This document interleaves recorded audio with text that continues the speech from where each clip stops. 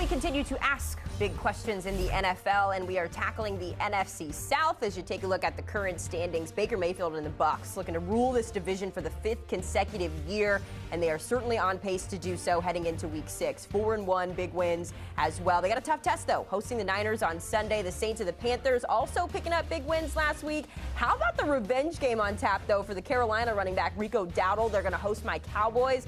I'm not, worried. I'm kind of worried, but I'm not super worried. And, of course, Atlanta going to host the Buffalo Bills on Monday Night Football. We've got the dynamic duo of Ryan Wilson and John Breech tapping in to break down the NFC South. Do you like that, the dynamic duo? Give you guys some new nicknames to start these segments off. Let's talk about the defending division champs, though. They just seem to switch it on in the fourth quarter, guys. But, Ryan, maybe not always the right move to keep teams on the ropes. What big questions do you have about the Bucs? Hey, Haley. Hey, John. I would imagine that I'm the George Clooney if the Batman situation is the one we're doing here. Breech, you can be whichever Robin you want. In terms of the Tampa Bay Buccaneers, they got to quit winning games in the last minute because they're the first team in NFL history to do that 4 of their first 5 games, and they've done it with both touchdown passes and touchdown runs from Baker and company, and also kicking these game-winning field goals.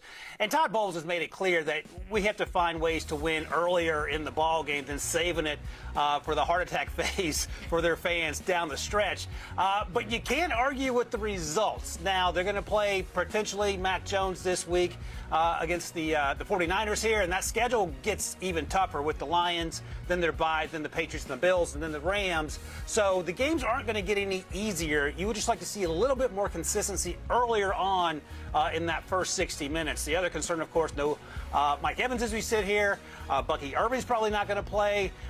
Chris Godwin looks like he's on the injury report, so they're going to have to find ways to win without some of their key cogs, which means perhaps more Emeka Egbuka, which has always been fun to watch through 5 weeks so far. Ryan, if we're a duo, I think we're more like Pinky and the Brain, and I'm not Pinky. But with the Buccaneers, you kind of alluded to those injuries. So let me just say my big question about them is, how good can this offense be this year? It has been very good through 5 weeks. They're 4-1, and they've been able to do that despite all their injuries. You look at the beginning of the season, Chris Godwin, Tristan Wirfs, not out on the field. Once they came back, then Mike Evans was dealing with an injury, Bucky Irving dealing with an injury, and now Chris Godwin might be dealing with another injury that keeps him out. So this team has not had their full complement of players on the offensive side of the ball all season, and they've still gotten to 4-1. Once everyone does get healthy, this team is going to be even better, and it really feels like the sky is the limit based on how the Buccaneers have played despite all the injuries through the first 5 weeks. I can't get over the Pinky and the Brain comparison there. That I'm going to hold on to that and just bring it back in like a couple of months when we've forgotten about it, and then remind you both that that is the official nickname of Ryan Wilson and John Breech. Let's move on and talk about the Atlanta Falcons, guys, facing the Bills in what will be a matchup of the two teams that like to hold on to the ball the most. They lead the league in possession between the two of them. There's been a lot made about Michael Penix Jr. and his ability to lead this team. John, is that something you're still questioning heading into Week 6? Absolutely, Haley. That is my biggest question with the Falcons right now is Michael Penix the real deal? Let's not forget, he only has 7 career starts. 4 of them have come this season, and when you look at what he's done specifically this year, he's looked great at times. You look at his game against the Commanders, he threw for over 300 yards, made smart throws, just looked impressive. And then there was that game against the Panthers earlier this season where the Falcons lost 30-0, and Penix looked like he was playing football for the first time. So there's just been such a huge difference in his play week to week. So I want to see Michael Penix play more consistent football before I can start to believe in the Falcons. But they have the skill players to win games, and if he plays better and plays consistently, this team might be able to compete with the Buccaneers at the top of the NFC South. And, John, the best friend of a young quarterback is a really good defense, and that's where I'm going to go in terms of this Atlanta Falcons D, because historically over the last 4 or 5 years, they have been bottom dwellers, truly terrible, both against stopping the run and getting after the quarterback. This year, after drafting their first 5 picks on defense, they are absolutely getting after it. Last year, a year ago, they were worst in the league in terms of total yards allowed. This year, they're first. This year, passing yards allowed, they're first. Third down conversions, they're 6th. Opponents' first downs per game, again, first. And these are all numbers foreign to the Atlanta Falcons when talking about their defense. They drafted James Pierce Jr., the edge rusher, who leads the team in pressures with 11. Xavier Watts, their third-round pick, the safety out of Notre Dame, was named Defensive Player of the Month. Caden Ellis is getting after it, and the list goes on and on. So Michael Penix Jr. will continue to have these growing pains as a year-two quarterback, but if the defense can get the ball back or get off the field, that's even better for an offense that's continuing to find its way. So I want to see if they can maintain that. So far, so good, and Raheem Morris has to be excited about what this defense now looks like. Let's go to the Carolina Panthers up next, fellas. Rico Dowdle surprised everyone but me. Shout out to the former Cowboy there, turning things up against the Dolphins. But now he's looking to do the same thing against his former team, guys. Meanwhile, you got the quarterback, Bryce Young. A lot of questions have been asked of him, even dating back to last year when he was benched. You both agree there's some concerns there when it comes to Bryce Young. But, Breech, we'll start with you. What's the big question when it comes to the quarterback? Well, the big question is, can he finally take a step forward in this offense? And the way he ended the 2024 season, it made it seem like that big step forward was going to come. He was going to have all offseason to kind of perfect Dave Canales' offense and then go into 2025 and look like a true franchise quarterback. But that simply hasn't happened yet. He just doesn't look completely comfortable in this offense. And I will give him some credit. He has absolutely shown some flashes through the first 5 weeks. He had a very good game against the Cardinals in week 2, even though Carolina lost. He was okay in that win against the Dolphins, where the Panthers came back from 17-0 down. But a big thing he did in that game was in the fourth quarter, he really turned it up. He threw for 50 yards and a touchdown.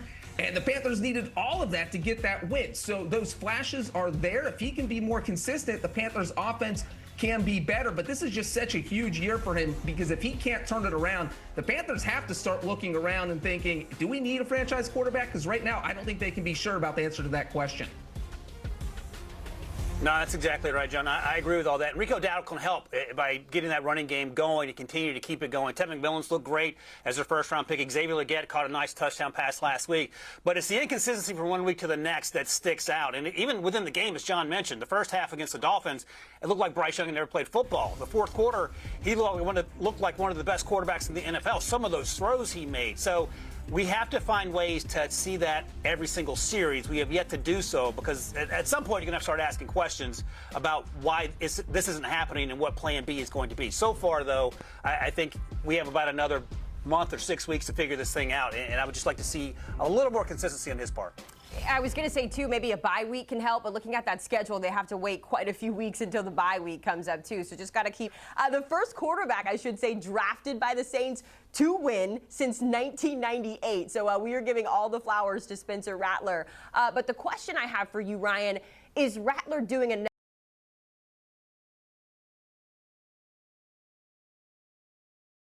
You and for me is yes, I think so. Like, he's played incredibly well under some pretty trying circumstances.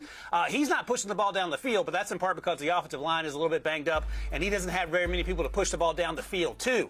Alvin Kamara, the running game, is in fits and spurts. They're getting Taysom Hill back involved after some injuries early on.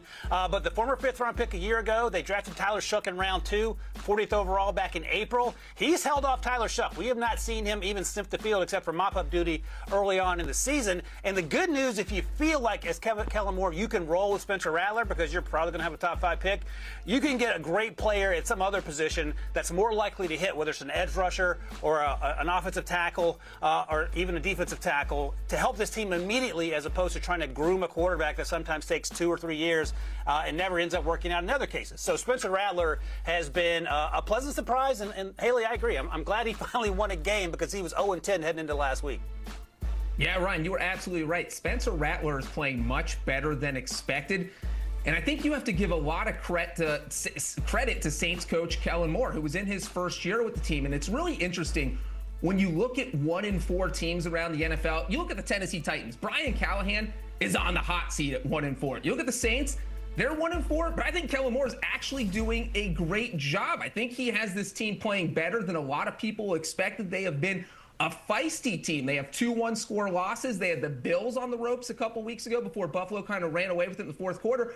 And then they pulled that stunner against the Giants, which is a win that looks a lot better now after Thursday night. So if they can kind of build on this and end the season with 4 or 5 wins, I think that would be an absolute success. 5-12 isn't a success for a lot of teams in the NFL, but if you're the Saints, you're in rebuild mode, you have a first-year head coach, I think that would be a fantastic finish for them, and it looks possible based on how Kellen Moore has them playing. I mentioned Spencer Rattler was the first drafted quarterback since 1998 to win a game in New Orleans. Before I let you go, can either of you guys name the quarterback that was the last one to do that? Is it Aaron Brooks? Manning. Not Manning, not Brooks. It's Danny Werfel. Danny Werfel. There is your fun fact for the day, gentlemen. Danny Werfel getting it done. Pinky and the Brain joining us here to break down the NFL season, NFC South edition. A lot of fun storylines to be had in this division. Jordan, you know all my attention, though, is on that first game, Cowboys-Panthers. I'm conflicted, though, because I have Rico Dowdle on my fantasy team, so I need him to go off, but not too off, because the Cowboys have to keep picking up wins. This is true.